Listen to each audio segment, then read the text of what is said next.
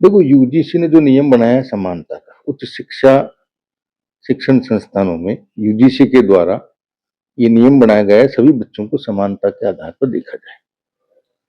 तो इसमें कोई गलत नियम नहीं बनाया, लेकिन कुछ लोग इसका विरोध कर रहे हैं, जो कि नहीं करना चाहिए मेरे विचार से।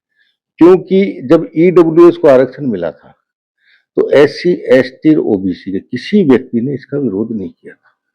दूसरी चीज ये कि लड़ाई इस बात की आरक्षित और अनारक्षित है।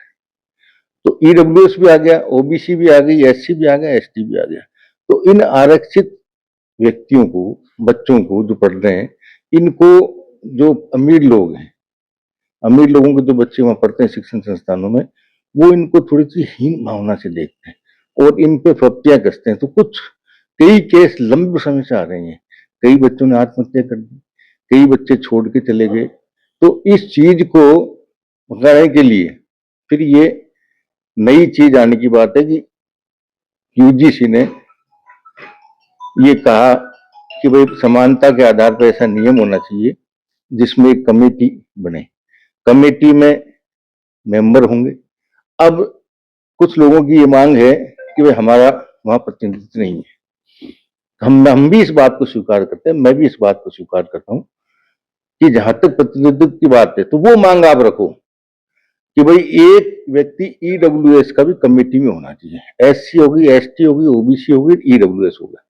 तो इसमें सब लोग आ गए, जनरल भी आ गए, ईडब्ल्यूएस के हिसाब से बाकी सारे आरक्षित लोग आ गए।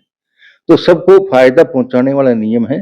इस नियम का इनको विरोध नहीं करना चाहिए, इस नियम का सब लोगों को समर्थन करना चाहिए, ताकि हायर एजुकेशन में पढ़ने वाले बच्चों को समानता की दृष्टि से देखा जाए और वहां एक उच्च शिक्षण संस्थान का माहौल बना रहे। देखो, मैं तो आपके माध्यम से आदरणीय मुख्यमंत्री जी से एक ही बात कहूंगा कि भाई देश का प्रधानमंत्री जी भी ओबीसी के हैं और बीजेपी में जो प्रदेश अध्यक्ष है वो भी ओबीसी समाज से आते हैं।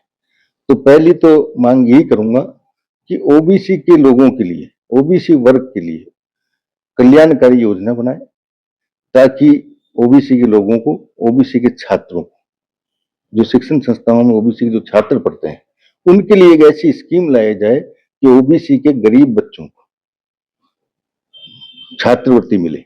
ये एक बजट में उनको करना चाहिए, ताकि ओबीसी के कुछ गरीब लोग हैं जिनको छात्रवृत्ति नहीं मिलती, उनके कारण वो पढ़ नहीं पाते। तो मेरी उनसे ये मांग है कि वो इस बजट में इस प्रावधान को रखे और ओबीसी वर्ग के लिए और आरक्षित वर्ग के लिए कल्याणकारी योजनाएं बनाए, ताकि जो पिछड़े हुए लोग हैं, अंतिम छोर पर बैठे व्यक्ति को लाभ मिल सके। बात करें महिलाओं की, तो महिलाओं को भी इस बार उम्मीद है कि राजस्थान सरकार इस बार महिलाओं के लिए भी कुछ करेगी। बिल्कुल, महिला आधी आबादी है, तो महिलाओं के लिए विशेष करके इस सरकार को योजनाएं बनानी चाहिए, ताकि महिलाओं को रोजगार मिल सके, महिलाओं को ऋण मिल सके, महिलाएं खुद अपना स्वयं रोजगार पैदा कर सके। इस तरह की योजनाएं इस प्रदेश में बननी चाहिए, ताकि महिलाओं को कुछ किसी तरह की कोई आपत्ति नहीं, और ऐसे नियम भी बनने चाहिए कि महिलाओं के साथ अत्याचार नहीं। देखा जा रहा है कि जैसे युवा जो कि बेरोजगारी का ग्राफ ज्यादा बढ़ता जा रहा है, तो क्या कहेंगे कि बेरोजगारों को भी कुछ उम्मीद है इस बार? देखो, युवा तो इस देश की रीढ़ की हड्डी है, भविष्य है।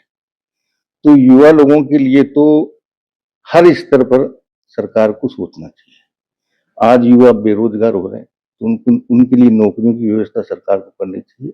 और मैं तो ये कह रहा हूँ, जो प्राइवेट नौकरियां हैं, जो प्राइवेट इंस्टीट्यूशन हैं जिनमें रोजगार मिलते हैं, तो उन रोजगारों में भी आरक्षण लागू होना चाहिए, ताकि सभी लोगों को मौका मिल सके और वंचित जो लोग हैं, जो रोजगार नहीं पा सके, उन लोगों को वहां भी मौका मिल सके। तो मेरा तो ये मुख्यमंत्री जी से कहना है कि आने वाले बजट में जो प्राइवेट सेक्टर है, इसमें आरक्षण की व्यवस्था की जाए और अधिक से अधिक रोजगार पैदा किए जाए। आपका राजेंद्र सेन मेरा नाम है, मैं नेशनल कोऑर्डिनेटर हूँ एआईसीसी में, और सदस्य मैं ओबीसी एडवाइजरी काउंसिल का हूँ एआईसीसी।